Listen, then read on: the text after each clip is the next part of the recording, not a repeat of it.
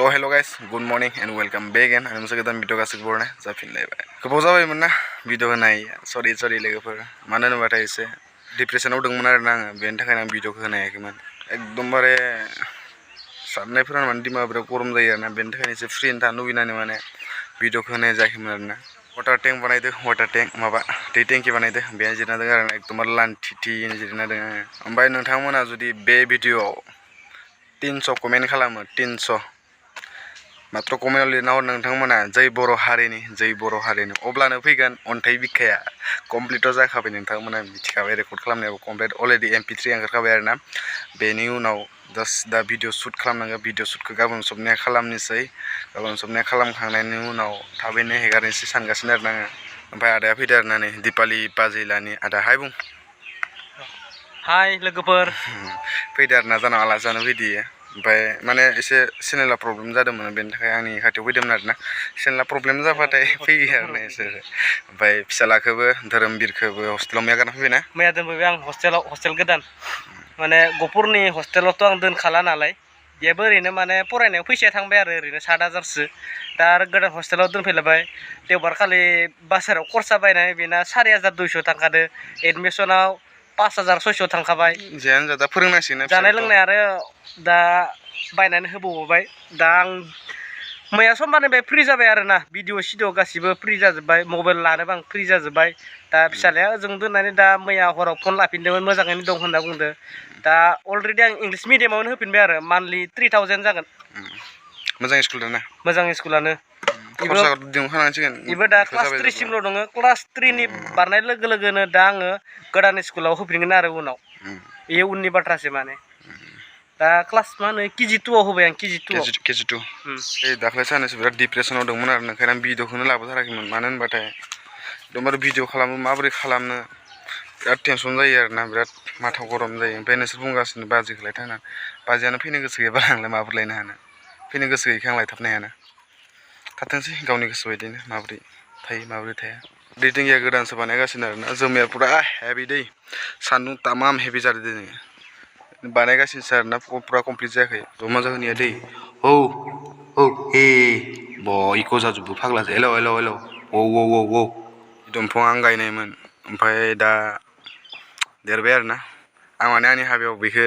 उनावसो दानगोन सानदोंमोन माने दै आंनि हाबायाव दानगोन सानदोंमोन आरोना ओमफ्राय हाबाखौ सिगां जागोन नागिरबायना ओमफ्राय दंफाङा फिसा जाबाय नालाय ओमफ्राय बेखौ दानदिया माने न'आ नै बेनो जानाय न'आ ओमफ्राय लाजिला बेराफोरखौ माला चेन्ज खालामनो हायो थाबैनो नाजानोसै मिउजिक भिडिअखौ माने खालामनो सानदोंमोन आरो ना अन्थाइ बिखाखौ लाबोग्रोनाय जागोन ना मेलेम गला 3.0 लाबोग्रोनाय जागोन बेखौ सानगासिनो माने आं अन्थाइ बिखा खालामनोबाथाय सासे सिख्लानि गोनांथि जादोंमोन नाथाय सिख्ला दा नायग्रा मोनाखै आरोना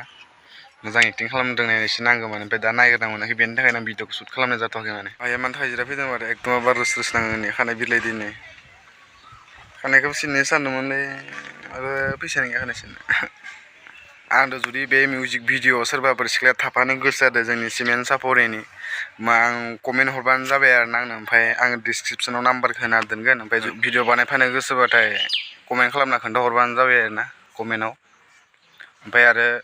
कन्टेक्ट खालामबानो जाबाय आं कन्टेक्ट नाम्बारखौ आङो डिसक्रिपसनाव होना दोनगोन आरो ना कन्टेक्ट खालामबानो जाबाय आंनाव बया साफा नुदों आरो ना ओमफ्राय दिनै एकदमबारे ओमफ्राय आरो आदाया इडिटिं सोलोंफैदों माने ओमफ्राय ब्लग एगारबाय थासिगोन नालाय इडिटिंखौ माबोरै खालामनांगौ बेखौ सोलोंफैदोंमोन एसे फोरोंबाय दा इमान थाबनो रोंनाय नङाना ओंखायनो एसे टाइम नांगोन मोनाबाय आरो ना ओमफ्राय स्र' दुगैना लाबाय आङो एकदमबारे दा साफा मोनदों आरो ना एकदम गरमा थानो हायाना बेनि थाखायनो उपाय गैयियाव माने दुगैना लांनो जायो आरो दा खनसे दुगैबावनांगौ बायदि मोनदां मोना दुगैनानै जुदि उन्दुबाथाय गोसोखौ स्रां मोनो माने साफा मोनो आरो ना खफ्रि लुगासिनो आरो ना मानिखौ खफ्रि मानो मानिखौ होनबालाय थावख्रियानो मा खफ्रि जाखैलाय थावख्रि नोंसोर खोन्थायानोबा आं नुफेराखै दिनैसो फार्स्ट टाइम नुदों जोनोमनिफ्राय इदि हेबनाय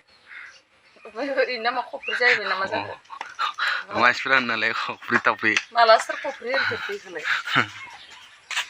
होनखो ओइ बुस्थु जादों हेबना जानाय फादारखौ नै नायना लाबानो जाबाय मोजांथार मा खानायखौ गोसोफोर मलायदोसो नै आसोलना बेखौ ओरै जिंनिखौ हानैसिं बायदि हना हाना होनोसै ना मा होनो खानायखौ ओरै